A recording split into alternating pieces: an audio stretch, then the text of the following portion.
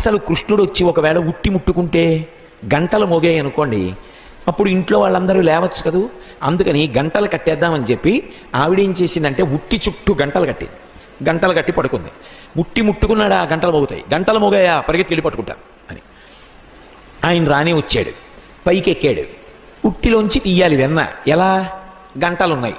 ఆలోచించాడు, చెక్కిట చేయి పెట్టి ఆలోచించి, తాను సర్వజగన్నియామకుడు, ఆయన మాట ఎవరు కాదంటారు. గంటలతో అన్నాడు, ఓ గంటలలారా మీరు మ్రోగకుడు, స్వామి ఔదలదాలుస్తాం, అలాగే మీ ఆజ్ఞ. చక్కగా కుండలోంచి తీసేశాడు, పిల్లలందరికీ పెట్టేశాడు. ఆఖరణ కుండ ఇలా తిరగేసి అడుగున ఉన్న వెన్నంతా తీసుకున్నాడు, తన నాలుక దగ్గర పెట్టుకుని ఇలా తినబోయాడు. గంటలన్నీ గణగణగణగణగణ మోగి పరిగెత్తుకొచ్చేసింది ఆవిడ. అడిగాడు, గంటల్ని మోగద్దన్నాను కదా, ఎందుకు మోగారు మీరు అని అడిగాడు. అయ్యా, మీరు పిల్లలకి పెట్టినప్పుడు మేము మోగలేదు, కానీ మీరు నోట్లో పెట్టుకున్నారు, మాకు అలవాటు నైవేద్యం పెడితే గంట కొట్టడం.